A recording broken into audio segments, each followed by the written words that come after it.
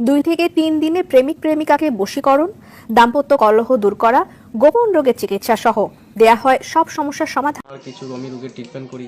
মনে করেন যে অনেকের শত্রু থাকে, অনেকের দুশ্মন, অনেকের ভাই ভাই মিল নাই, অনেকের স্বামী স্ত্রী অমিল, অনেকে স্ত্রী স্বামী থেকে বিদেশে টাকা পয়সা নিয়ে স্ত্রীরা অন্য ছেলের সাথে চলে যায়। এরকম কোনো জটিল সমস্যা থাকলে আমি চিকিৎসা করি। সুপ্রিয় দর্শক, আসসালামু আলাইকুম। দেশ ও প্রবাসে যে যেখানে আছেন আপনাদের প্রত্যেককে শুভেচ্ছা জানিয়ে শুরু করছি আজকের প্রতিবেদন। আজ আমরা কথা বলবো একজন অভিজ্ঞ জিন সাধক কবিরাজ ময়নুল ইসলামের সাথে। জানবো তার আসলে কবিরাজি বিষয় বা কবিরাজি ট্রিটমেন্ট কিভাবে চলতেছে বা কেমন আছেন, বিস্তারিত বিষয়ে কথা বলে জানার চেষ্টা করি। ভাই আসসালামু আলাইকুম। ওয়ালাইকুম আসসালাম। কেমন আছেন ভাই আপনি? ভালো আছি ইনশাল্লাহ, আপনাদের দোয়াতে অনেক ভালো আছেন? তো ভাই কেমন চলতেছে আপনার আসলে কবিরাজি এই ট্রিটমেন্ট বা চিকিৎসা? আপনাদের দোয়াতে অনেক ভালো চলতেছে। অনেক বিভিন্ন দেশ থেকে মানুষ অনেক ফোন টোন দেয়, কথাবার্তা বলে, অনেক এই বিষয়ে কাজকর্মের জন্য বলে। তা আমি বিভিন্ন দেশের কাজ মনে করেন যে করি। আচ্ছা আচ্ছা মনে করেন আমি তো বিভিন্ন দেশের বিভিন্ন লোকের কাজ করি। মনে করেন যে অনেক কবিরাজির ভিতরে দেখেন অনেক কবিরাজ এলাকাতে আছে, কেউ করতে পারে কেউ পারে না, কিন্তু ইনশাল্লাহ আমি অনেকই পারি। আমাকে এই বিষয়ে অনেকেই ফোন দেয় যে আপনি কবিরাজি আপনি কীভাবে করেন। আচ্ছা আচ্ছা হ্যাঁ তে মনে করেন আমি জিনের মাধ্যমে করি, সাধকের মাধ্যমে করি, ঠিক আছে। বাতাস রূপে মানুষের দেহের ভিতরে ঢোকে, এরকম কিছু করি যাতে মোবাইলের মাধ্যমে অনেকে করতে পারে। তাই আমার বিষয়টা হলো কবিরাজি বিষয়। কবিরাজি বিষয়টা হলো কি, যে আমার কিছু আমি রোগের ট্রিটমেন্ট করি। মনে করেন যে শত্রু থাকে, অনেকের দুশ্মন, অনেকের ভাই ভাই মিল নাই, অনেকের স্বামী স্ত্রী অমিল, অনেকে স্ত্রী স্বামী থেকে বিদেশে টাকা পয়সা নিয়ে স্ত্রীরা অন্য ছেলের সাথে চলে যায়। এরকম কোনো জটিল সমস্যা থাকলে আমি চিকিৎসা করি।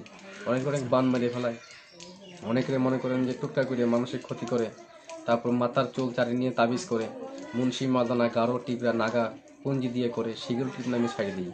যত বড় ধরনের কাজ হোক সেগুলো আমি সমাধান করে দিই। আপনারা এইগুলো আসলে আপনার শিক্ষাটা কোথা থেকে বা কোথায় শিখছেন? আমার শিক্ষা জীবনটা হলো আন্দামান দ্বীপপুঞ্জে। ভারতবর্ষের একটা প্রদেশ আছে আন্দামান কালোবার, যেখানে বলা হয়। কতদিন ধরে শিখছেন বা এটা আমার বয়স প্রায় 30-35 হয়ে যাবে। আমি শিখছি প্রায় 12-13-14 বছর হয়ে যাবে। 14 বছর ওইখানেই সাধনা করছেন ভাই। করছি। এটা যারা নতুন শিখতে চায় তাদেরকে কি ধরনের আমার অনেক ছাত্র করে? আছে, প্রায় 2-250 ছাত্র, তারা আমি ট্রেনিং দিই। ভারতবর্ষে ট্রেনিং করি। যেমন আগরতলাতে আছে, তারপরে কামিকে মন্দিরে আছে, তারপরে মনে করেন যে আন্দামানে আছে, তারপরে আসামে আছে। আমার ট্রেডিং এর ছাত্র কিছু লোক আছে, তাদের আমি ট্রেনিং দিই।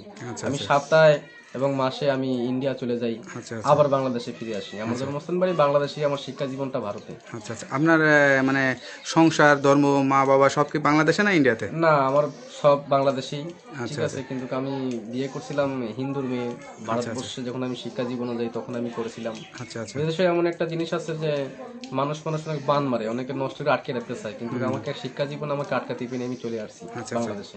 এটার জন্য আসলে কিরকম শিক্ষা প্রয়োজন মানে? শিক্ষা ছাড়া তো সবকিছু সমাধান হয় না, লেখাপড়ার যোগ্যতা লাগে, ঠিক আছে। লেখাপড়া ছাড়া কোনো সমাধান হয় না। লেখাপড়া শিখতে গেলে, বিভিন্ন দেশে চলতে গেলে, বিভিন্ন কাজকর্ম করতে গেলে লেখাপড়া দরকার, প্রয়োজন আছে। আছে আছে কিন্তু সেই প্রয়োজনে কিছু লেখাপড়া থাকতে হবে, না থাকলে তো কবিরাজি শিকার করা যাবে না।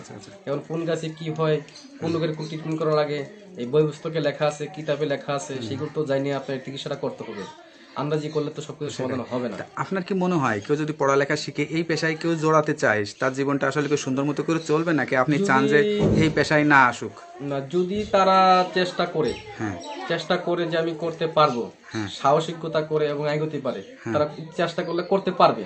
যারা অভিজ্ঞতা চেষ্টা না করে তাহলে করতে পারবে না। যেমন একটা চেষ্টা আছে, সেটাই। যেন আমি চেষ্টা করবো, শিখবো, এই শিক্ষার জন্য মনে করেন যে আমি চেষ্টা থাকি, তাহলে শিখতে পারবো, না থাকলে তো শিখতে পারবো না। সে একটা জিনিস ভালো মতো করে আসলে শিখেই আসলে পথে নামা উচিত বা মানুষের উপকার উচিত। অল্প শিখে না জানে তো জিনিস করলে সেই সফলতা হয় না। এখনো কিছু দেশে দেশে কবিরাজ আছে, কিছু অল্প বিদ্যা জানার পরে অনেক কবিরাজি করে, ঠিক আছে, কিন্তু কাজ সফলতা হয় না। এর জন্য মানুষ অবিশ্বাস করে, ঠিক আছে।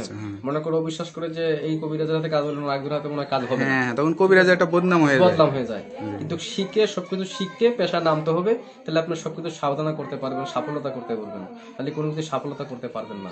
সেটাই। এমনও কিছু শিক্ষা জীবনে এমনও কিছু কিছু জিনিস আছে, এটা আপনার ভালোভাবে জানতে হবে, শুনতে হবে, শিখতে হবে, না হলে কাজ করা যাবে না। এই যে আপনি এই যে অনেক দিন ধরে শিখতেছেন বা এই যে মানুষের কাজ করে আসতেছেন, অনেকে উপকৃত হয়েছে বা অনেকে আসলে মানে প্রশংসা করেছে। মনে করেন যে 10 জনের ভিতরে মনে করেন যে কাজ হইলে হয়তো একজনের মিট যেতে পারে, কিন্তু 9 জনের তো অবশ্যই কাজ হবে। সেইটাই না, কাজ না হলে তো আপনি এতদিন ধরে করেও আসতেন না, বা এটা তো আসলে নিজের সংসার, তো এটার উপরে তো আপনি এখন নির্ভর করে আসলে করতেছি। সেটাই। আর সবকিছু মিলে তো স্ত্রী সন্তান নিয়ে ভালোই আছেন। ইনশাআল্লাহ ভালো আছি। তো মনে করেন যে বিভিন্ন কাজ কর্ম, বড় বড় ধরনের কাজ এরকম কিছু থাকলে আমাকে বলতে পারেন, আমি মোবাইলের মাধ্যমে সাধনা করতে পারি, মোবাইলের মাধ্যমে কাজ করতে পারি, তো বাড়িতেও আসলে কাজ করতে পারি।